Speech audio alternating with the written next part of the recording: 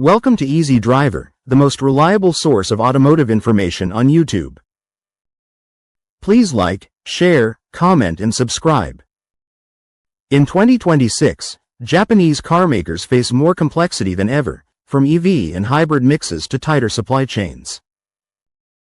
In this video, we'll explain what digital twin production planning is and why it's becoming essential for modern automotive plants. In simple terms, a digital twin for production planning is a live digital copy of a factory and its processes. It mirrors what's happening on the shop floor, then lets planning teams test changes before those changes hit the line. That matters more in 2026 for Japanese car makers because planning is harder than it used to be. Many plants are building a mix of EVs, hybrids, and ICE models, often on shared lines. Supply risk is still real, costs are tight, and model updates happen faster. One small parts problem can ripple into missed delivery dates or overtime.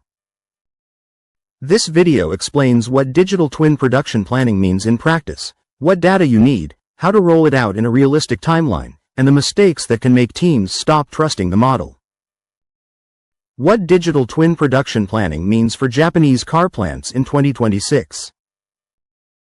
Production planning is the art of deciding what to build, when to build it, and in what order, while staying inside real limits, people, machines, parts, and quality rules. A digital twin helps by turning those limits into a living model you can test. Picture a plant building hybrids and EVs on a shared final assembly line. A battery module shipment arrives 2 days late.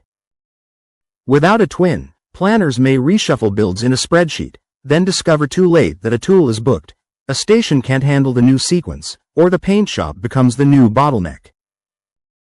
With a production planning twin, the team can simulate options fast. Build more hybrids now, hold EVs for later. Swap certain trims to protect high-margin orders. Add a weekend shift, or move planned maintenance. Recheck constraints, then publish a schedule that is workable. The point isn't a pretty 3D factory view. The point is a plan you can defend, with clear trade-offs, before the line feels the shock. From static schedules to a live factory model, the simple definition. Old planning often depends on fixed assumptions. A spreadsheet might assume a stable cycle time, full staffing, and parts arriving on time. It can work on calm weeks, but it breaks under change. A digital twin production planning model updates from real signals, such as customer orders and build priorities. Inventory counts and parts in transit. Machine status, downtime, and current talk time. Quality holds and rework loops. Shift calendars and staffing gaps. The goal is simple. Make better decisions earlier.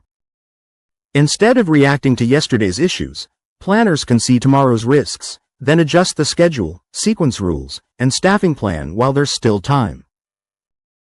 Where it helps most in 2026, EV and hybrid lines, variants, and short lead times.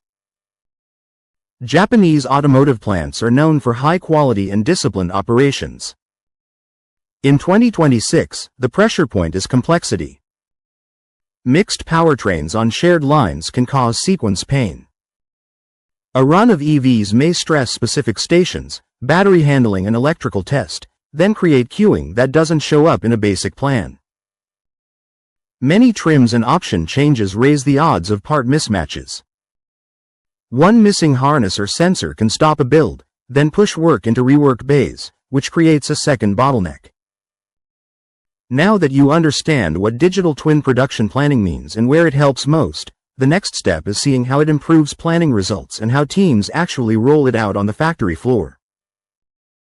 Stay tuned for part 2. Please comment, like, share, and subscribe for more automotive information like this. Thank you for watching.